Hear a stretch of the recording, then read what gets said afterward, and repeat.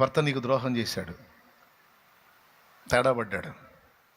అదే భర్తతో నువ్వు వాస్తవంగా నీకు ఒక నమ్మకమైన భార్య అని నాకు ఒక నమ్మకమైన భర్తవి నువ్వు అనుకున్నాను, కానీ నువ్వు తేడా పడ్డావు. అంటే నీ నమ్మకత్వం విషయంలో నువ్వు శోధించబడ్డావు. వాస్తవంగా నా మనసు గాయపడింది. అయినా దేవుని ప్రేమను బట్టి నేను నిన్ను క్షమిస్తున్నాను, ఇంకా నేను నిన్ను ప్రేమిస్తానే ఉన్నాను, నా ప్రేమలో మార్పు లేదు అని నువ్వు అను. ఆటలాడొద్దు యేసు రక్తముతో, ఆటలాడొద్దు దేవుని ప్రేమతో, ఆటలాడొద్దు దేవుని కృపతో, నిరర్థకం చేయొద్దు దేవుని కృపని. గుండెల్లో భయం ఉండాలి. ప్రభు రాకడా ఎప్పుడో తర్వాత, ఎప్పుడు పోతామో తెలియదు. ఆయన రాకడ సంగతి తర్వాత, ముందు ఎప్పుడు పోతామో తెలియదు. పోయేటప్పుడు ఏ క్షణాన నా ఊపిరి పోయిద్దో నాకు తెలియదు కనుక పరిశుద్ధురాలుగా కన్నుమూయాలి, పరిశుద్ధుడుగా కన్నుమూయాలి. మరణానికి వయో పరిమితి లేదు, బాలుడు యవనుడు వృద్ధుడు అన్న భేదం లేదు, నిండు చోళాలు, ఈ మధ్యనే జాబ్ వచ్చింది, మొన్ననే పెళ్ళయిందన్న భేదాలు చావుకు లేవు. పాపం మొన్ననేగా పెళ్ళయింది, కొద్దిగా ఆగుద్దాంలేని సావు అనుకోదు. పెళ్ళికి పోయి వస్తా కూడా పోయిన వాళ్ళు ఉన్నారు. మొన్ననేగా జాబ్ వచ్చింది, పాపం ఉద్యోగం చేయనిచ్చి తిద్దాంలే అనుకోదు సావు. అరే యవనస్తుడు కదా, కాస్త లోకాన్ని అనుభవించని అనుకోదు. పసి బిడ్డని లేదు, పండు ముసలి అని లేదు, నిండు చోళాలని లేదు, యవనస్తుడు యవనస్తురాలని లేదు, పెళ్లి జంటని లేదు, జాబ్ వచ్చిందని లేదు, రక్షణ పొందాడని లేదు, రక్షణ పొందలేదని లేదు. ఎప్పుడు ఎవరికి ఎక్కడ ఎలా సంప్రాప్తమైద్దో తెలియదు కనుక నీకు నాకు మొత్తానికి చెప్తున్నాడు దేవుడు, జాగ్రత్త, నా రాక నీ పోక రెండు నీకు తెలియదు కనుక అది జరిగినప్పుడు, రాక జరిగినప్పుడు ఎత్తబడే గుంపులో ఉండేటట్టు నీవు జాగ్రత్తగా నీ భక్తిని, విశ్వాసాన్ని, ఆత్మీయతను కాపాడుకోవాలి. నీ పోకడ జరక్క ముందే, ఎప్పుడు నిన్ను పిలుస్తానో తెలియదు గనక, ఏ గడియలో నీకు పిలుపు వచ్చిద్దో తెలియదు గనక, నా పిలుపు నీకు రాకమునిపే నువ్వు మారు మనసుకు తగిన ఫలం ఫలిస్తూ జాగ్రత్తగా నిన్ను నువ్వు కాచుకుంటూ ఉండాలి.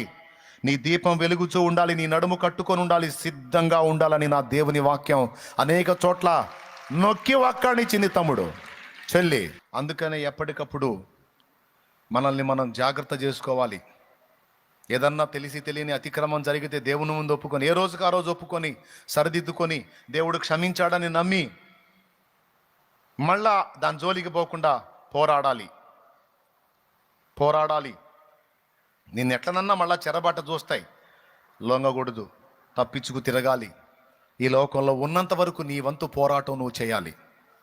దేవుడు అది గమనిస్తాడు. పోరాడుతున్నాడా, పోరాటం ఆపాడా?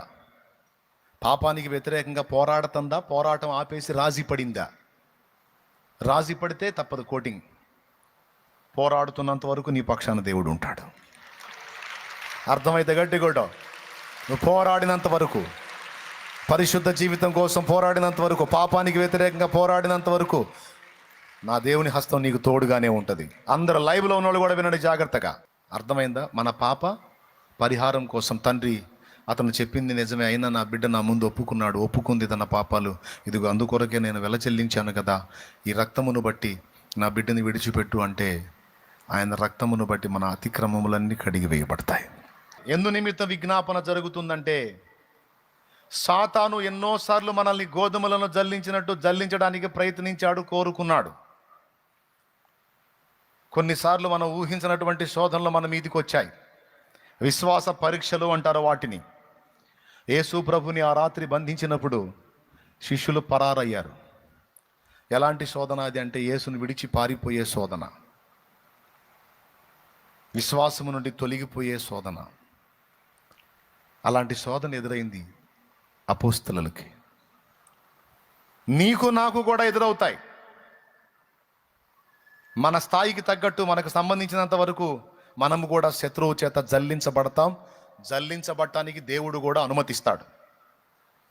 ఎందుకు అనుమతిస్తాడో తెలుసా? మన నాణ్యత తెలుసుకోవటానికి. మనం పొట్టుగా ఉన్నామా, గట్టి గింజగా ఉన్నామా నిర్ధారణ చేసుకోవటానికి మనల్ని అప్పగిస్తాడు. అప్పగించినప్పుడు వాడు జల్లిస్తాడు. జల్లించడం అంటే ఏంటో తెలుసా? మీ ఇంట్లో జల్లెడ తీసుకొచ్చి జల్లించినట్టు తీసుకొచ్చి మన అందరిని అందులో వేసి నిజంగా జల్లించడం. రైస్ మిల్లులో ఉన్నట్టు జల్లెళ్ళు తీసుకొచ్చి మనల్ని అందులో ఎక్కించి జల్లించడం. వాడు మన విశ్వాసాన్ని శోధిస్తాడు. కొన్ని ఊహించని పరిణామాలు మన జీవితంలో వాడు తీసుకొచ్చి పెడతాడు. అవి ఎంత డేంజర్గా ఉంటాయి, ఎంత ఇబ్బందిగా ఉంటాయంటే మనసుకు ఎంతో క్షోభను కలిగించేవిగా, మనల్ని ఎంతో ఇబ్బంది పెట్టేవిగా ఉంటాయి. కొంతమందికి ఎలాంటి పరిస్థితి తారసిల్లింది అంటే అసలు క్రీస్తులో ఉండాలా వదిలేయాలా, అలాంటి పరిస్థితులు కూడా. ప్రభువులో ఉండాలా వదిలేయాలా, అలాంటి పరిస్థితులు కూడా. ఇక్కడ పేతురుకి, అపోస్తలులకి ఆ శోధన వచ్చింది. దేన్ని బట్టి వచ్చింది? ప్రభు నమ్మకస్తుడే. నేను ఆయనకి నమ్మకస్తుడిగా ఉండలేకపోయాను, నేను ఆయనకి నమ్మకస్తురాలుగా ఉండకపోయాను కనుక నేను తగను ప్రభువుకి. ఇదొక టైపు శోధన. నేను పనికిరాను ప్రభువుకి, నేను తగను ప్రభువుకి. ఇదే శోధన అపోస్తలులందరికీ వచ్చింది, యూదా ఇస్కరియోతు కూడా వచ్చింది. వాడేం చేశాడో తెలుసా? నేను తగను ప్రభువుకి, నేను పనికిరాను ప్రభువుకి, నన్ను క్షమించడు ప్రభు, నన్ను ఒప్పుకోడు ప్రభు అని పోయి ఉరి పెట్టుకొని పైనుండి కింద పడి నడిమికి బ్రద్దలై చచ్చిపోయాడు. కానీ పేతురు, అపోస్తలులు అలా లేరు. మొదట పేతురు కూడా నేను నమ్మకస్తుడిని కాదు, నేను ఒక వంచకుణ్ణి, గురుద్రోహిని. గురువుకి కొన్ని గంటల ముందే ప్రామిస్ చేశా, ప్రాణమైనా వదులుతా కానీ నిన్ను మాత్రం వదలను ప్రభువా అని కొన్ని గంటల ముందే, రోజులు నెలలు కూడా కాదు, గంటల ముందే ప్రామిస్ చేసి ఆయన కళ్ళ ఎదుట 3 సార్లు ఆయన ఎరగనని అబద్ధాలు ఆడాను. నీచుణ్ణి, దౌర్భాగ్యుణ్ణి, వంచకుణ్ణి, గురుద్రోహిని, కృతజ్ఞతాహీనుణ్ణి, నాలాంటోడు నా ప్రభువుకి పనికిరాడు అని ఏడ్చుకున్నాడు, బాధపడ్డాడు. ఈ 3వసారి అబద్ధం ఆడేటప్పుడు యేసు ప్రభు పేతురుకి వెళ్ళి చూస్తాడు. ప్రధాన యాజకుని మంటపంలో ఆయన్ని కొడుతుంటారు. ఆ దెబ్బలు తింటానే యేసు ప్రభు పేతురు వైపు చూస్తాడు. చూసినప్పుడు పేతురికి విపరీతమైన పశ్చాత్తాపం, దుఃఖం కలిగిద్ది. వెలుపటికి పోయి సంతాపపడి ఏడ్చెను అనుంది. ఆ సన్నివేశాన్ని తండ్రి అనుమతించాడు. యేసు ప్రభు నిజంగా అక్కడ చూడకపోతే పేతురు నిజంగా తేడా పడేవాడు. తండ్రి, సీమోను నమ్మిక తప్పిపోకుండా సీమోనును బలపరచవా అని తండ్రిని వేడుకున్నాడంట. ఈ సన్నివేశం వచ్చేటట్టు చేశాడు దేవుడు. తండ్రి ఆ పని చేశాడు, ఆ సన్నివేశాన్ని రప్పించాడు. పేతురు ముందే దెబ్బలు తింటున్నాడు.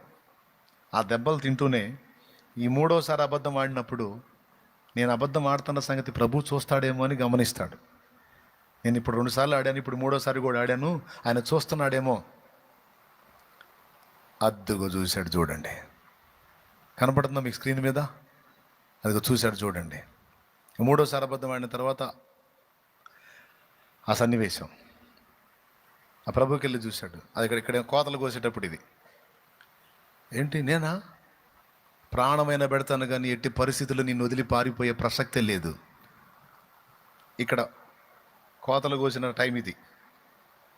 తన నమ్మకత్వాన్ని గురించి, తన స్థిరత్వాన్ని గురించి గొప్పగా మాట్లాడిన సన్నివేశం అది గుర్తొచ్చింది. అద్దు ఏడుపు వచ్చింది. అయ్యో, కొన్ని గంటల క్రితమే నేను ఇంత పెద్ద పెద్ద మాటలు మాట్లాడాను.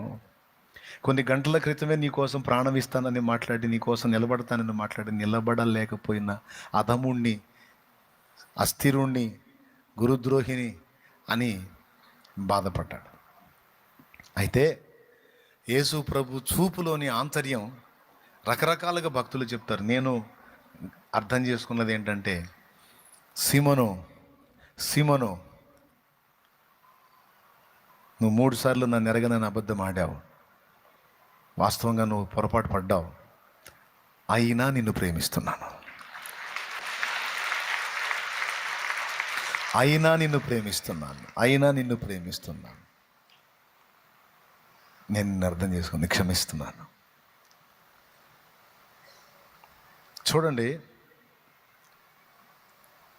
ఒక మనిషి తప్పు చేసినప్పుడు, బాగా వినండి, ఒక మనిషి తప్పు చేసినప్పుడు అతన్ని నిందించండి, కఠినపరచబడతాడు. క్షమించి ప్రేమించండి, పశ్చాత్తాపడతాడు. ఎంతమంది ఒప్పుకుంటారు? ఎంతమంది ఒప్పుకుంటారు? నిజంగా ఒప్పుకుంటారా మీరు? నిందించండి. మీరు నువ్వు తేడా నిందించండి, కఠినపరచబడతారు.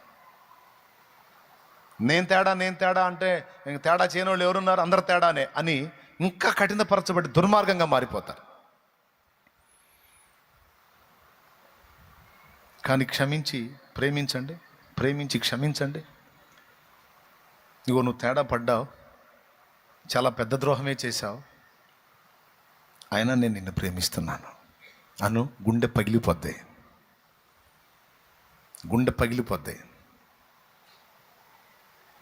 నీ భర్త నీకు ద్రోహం చేశాడు, తేడా పడ్డాడు. సహజంగా స్త్రీకి ఆవేశం వచ్చింది. దుర్మార్గుడా, నువ్వే సర్వస్వం అనుకొని బ్రతుకుతుంటే నమ్మకంగా వెళ్ళి ఇంకొక కుంపట పెట్టావు. నీకు సిగ్గుందా, బుద్ధుందా? నువ్వు కడుపుకు అన్నం తింటున్నావా, గడ్డి తింటున్నావా? నువ్వు మనిషివా, పశువా? నువ్వు అట్లాంటోడివి, దుర్మార్గుడివి, దుష్టుడివి, నువ్వు అట్లా సైతానోడివి, నువ్వు అది అని చెప్పని మాట్లాడుతూ ఉంటే, అవును నేను సైతానుడినే, నేను తేడాగాడినే, నేను దుష్మన్గాడినే, అవును నువ్వు అన్నయన్నీ ఏం చేస్తా? చేసుకోపో. ఈ కొంపలోకి రావటం కంటే నా అక్కడే బాగుంది, హాయిగా ఉంది అంటాడు. అదే భర్తతో నువ్వు వాస్తవంగా నీకు ఒక నమ్మకమైన భార్య అని నాకు ఒక నమ్మకమైన భర్తవి నువ్వు అనుకున్నాను, కానీ నువ్వు తేడా పడ్డావు. అంటే నీ నమ్మకత్వం విషయంలో నువ్వు శోధించబడ్డావు. వాస్తవంగా నా మనసు గాయపడింది. ఆయన దేవుని ప్రేమను బట్టి నేను నిన్ను క్షమిస్తున్నాను, ఇంకా నేను నిన్ను ప్రేమిస్తానే ఉన్నాను, నా ప్రేమలో మార్పు లేదు అని నువ్వు అను. ఇంకా నేను నిన్ను ప్రేమిస్తానే ఉన్నాను, నీకు ఏది తక్కువ చేయను, నీ పరిచర్య అంతా నేను చేస్తాను అని నువ్వు యథార్థంగా ఆయనకు జరిపించాల్సిన మర్యాదలు, చూపించాల్సిన ప్రేమంతా నువ్వు చూపించు. వాని గుండెల్లో అది పెద్ద శిక్షలాగా ఉంటుంది. పర్సనల్గా ఏడ్చుకుంటూ ఉంటాడు అంతే. ఇంత నీతి కలిగింది, ఇంత ప్రేమ కలిగింది, ఇంత యథార్థత కలిగింది, ఇంత క్షమాహృదయం కలిగింది. ఇంకొకళ్ళు అయితే వదిలిపెట్టరు, నన్ను రోడ్డుని వేస్తారు, గందరగోళం చేస్తారు. నా పాపాన్ని గుండెల్లో దాచుకొని నన్ను క్షమించింది ఈ పిచ్చిదానికి ద్రోహం చేస్తున్నాను నేనని వాడు కొనసాగలేడు. ఇక అందులో వాడు కొనసాగలేడు. ఖచ్చితంగా వాడు మారు మనసు పొంది తీరతాడు ఏదో ఒక రోజున. ఇలా చేస్తే మారతాడని ఆ ఉద్దేశం పెట్టుకొని చేయవాకు.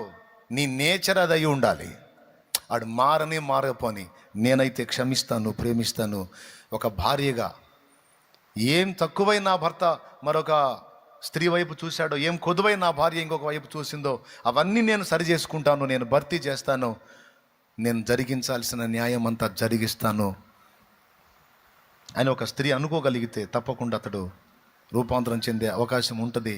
చెందకపోయిన దేవుడు మెచ్చుతాడు.